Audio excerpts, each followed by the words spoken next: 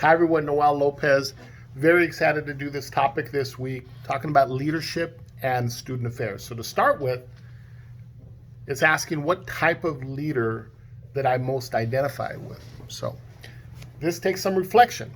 Now, the type that I most identify with is a transformational leader. Now, there's always what you aspire to be and what you are. So certainly, I'm a work in progress. I'm getting to that point where I can reflect all those ideals. But first and foremost, it starts with the foundational ingredient.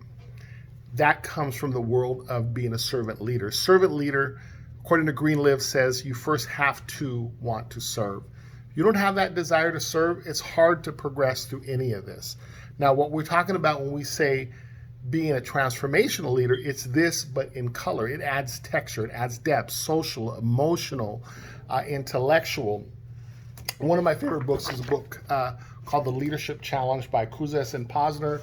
They talk about 5 leadership characters of good leaders, challenging the process, inspiring vision, enabling others to act, modeling the way. You have to self-model that, and being able to encourage the heart. So that's something that in my style, I believe that it's something that I love to do. It is said that it's an 18-inch journey from the head to the heart, but that can make the whole lot of difference in inspiring action. What else is connected to the heart? And that is relationship building. So what does it look like to build relationships in the world of student affairs? First off, deep listening is very important. Now, this is one area, admittedly, I gotta continue to improve. Deep listening is listening with intent. It's being able to hear with focus what people are saying. Second, we have to be able to validate them. That's a part of the process of respecting them. Now, another book that I like called The Code of Trust, this is by Robin Dreeke. He says it has to be non-judgmental validation, suspending your ego. So relationship building is about validating. You don't have to agree with folks always, but you do have to validate them as people. And then, of course, communication is very, very important, both written and verbal. Sometimes being with simplicity, with repetition, and use stories. That really definitely gets to the heart. So, as we talk about the relationship approach, my relationship approach, how does this compare and contrast to servant leadership? Well, quite frankly, they have a lot in common. What they have in common is that they inspire trust. That is the brick and mortar of relationship, is trust. They inspire vision. Vision is very important in both servant leadership and transformational. And having influence is because you're having that emotional quality. You'll be able to connect with people. You can have influence with them.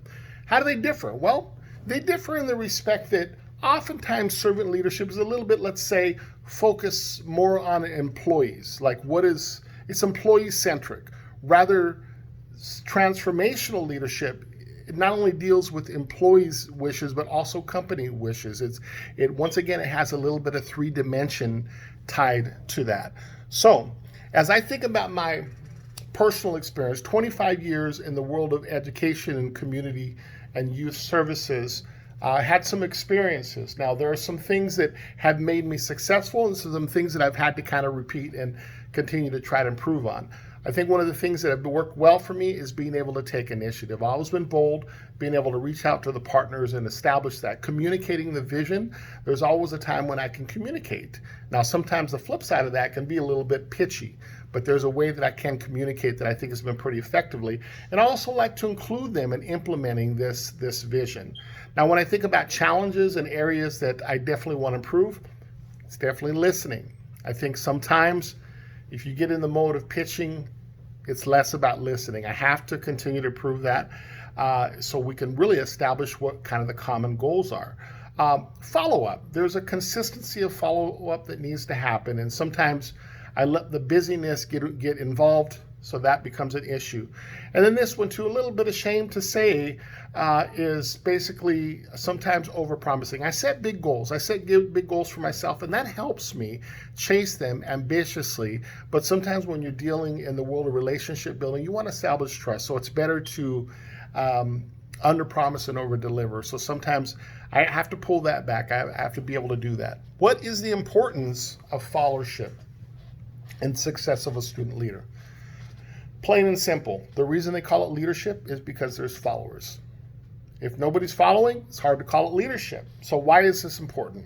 Well, in a relationship, let's take, for example, a marriage of 50 years, right? Golden anniversary.